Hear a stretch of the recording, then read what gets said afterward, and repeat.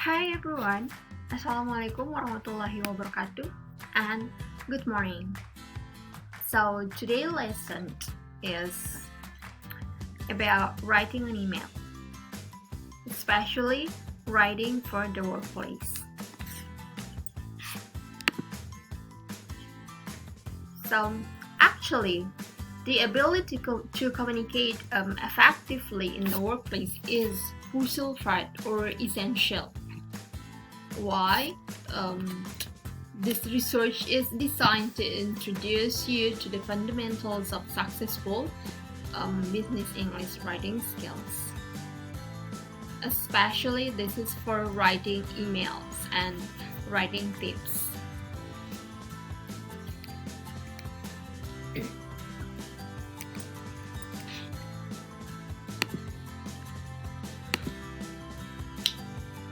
Okay, so email is an important business communication tool. So email allows us to communicate with people and transfer files from one place to another rapidly. So you can communicate with people from all over the world with the press of send button.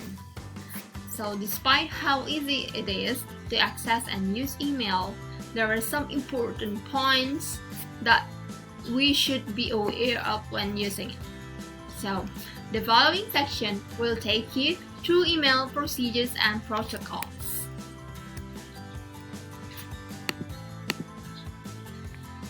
So in writing email, there is what we call email basics, structure of emails, language focus. So email basics, there is know your audience. We have to know the audience, when to use the email. So email security in the workplace, tips for effective emails. And move forward to structure of emails, beginning and the subject line. Then the language focus, editing emails using tone effectively.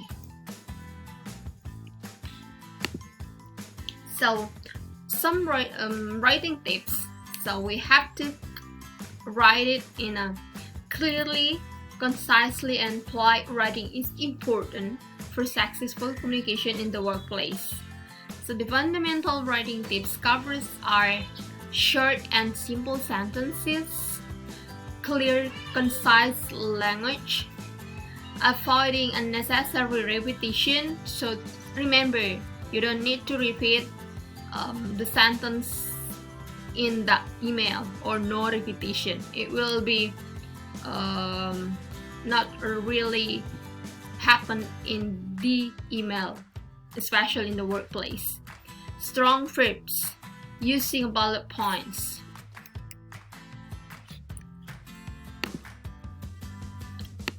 So now, email basics. Like what I have mentioned before, knowing your audience. So we have to think someone that we are going to send for the email. And every time you write something, you should have a particular reader or audience in mind. So you must adapt the content, tone, and the language of your email to the situation or context and intended audience of your communication. So it doesn't only apply to email but all the communication. So don't think that your language will be understood by all the readers in this world. So you have to pay attention to the audience that you are going to send for. When composing your email, don't assume that the receiver will understand your language. So you should always focus your writing to assist your readers. Make sure you know who your reader is before you start to write. The way you would write something to a friend or a colleague would be different from the way you would write to a supervisor. So take care when using acronym. Example, TEFE, technical language, and even humor. And we have like appropriateness. So appropriateness is the key to knowing your audience, appropriateness of language, content, and tone. Now let's move to the next section. When to use email.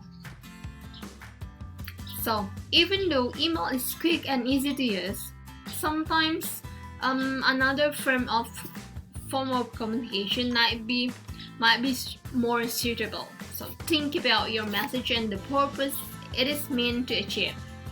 If a phone call would be better, don't use email. So it would be better to think of alternative to email when your message is personal or confidential and the news you have to give is bad. So it is easy to sound unconcerned when you deliver unpleasant news by email.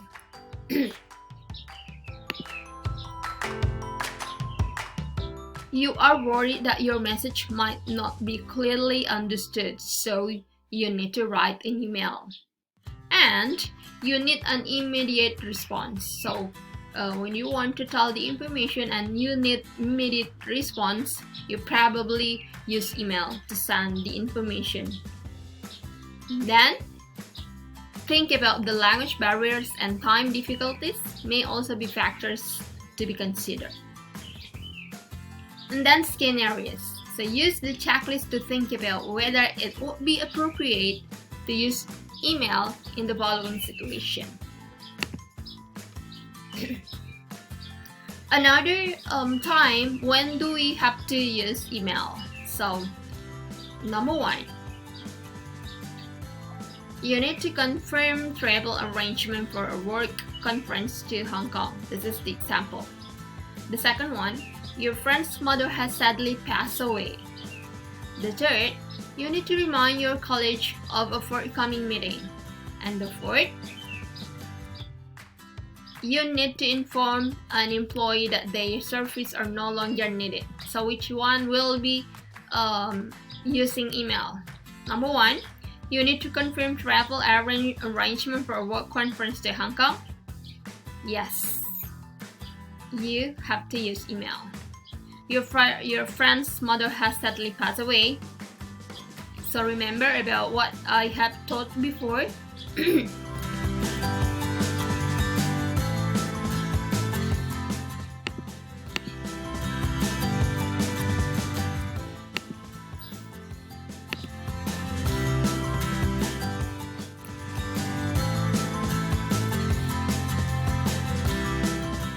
Okay, this one. It would be better to think of an alternative to email when your message is personal or confidential. The news you have to give is bad, so it is easy to sound unconcerned when you deliver unpleasant news by email. So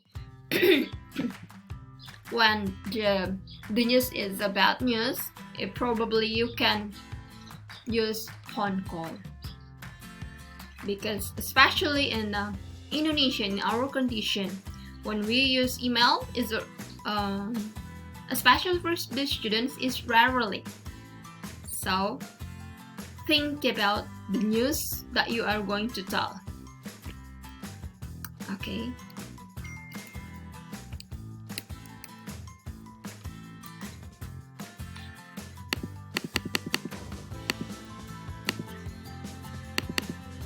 Alright, so now have a look at this. Security. So there are many issues regarding computer security and email security. So there are the issues of personal security, company liability, and viruses to name a few. So this section will give you an overview of security issues and email.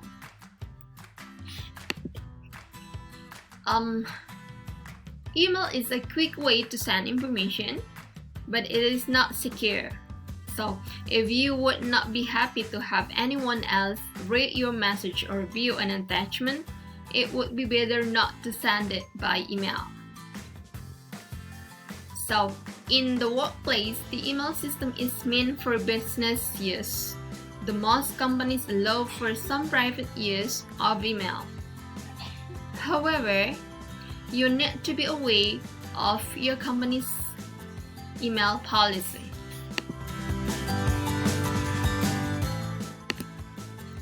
Now, let's move to the legal risk. If you send emails with an libelous or defamatory, offensive, racist, or obscene remarks, you and your company can be held liable. So if you forward emails with libelous, defamatory, offensive, or racist, you and your company can be held liable. So you have to be careful with that. This is what we call legal risk.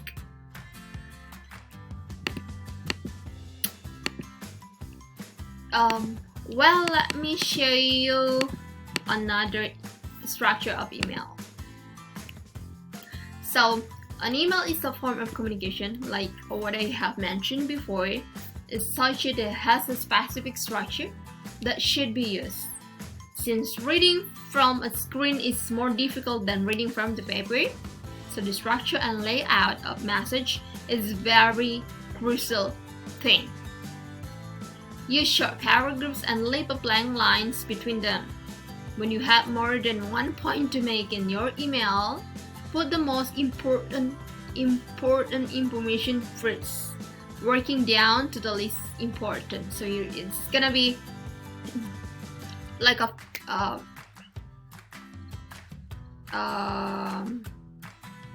pyramid. I'm sorry.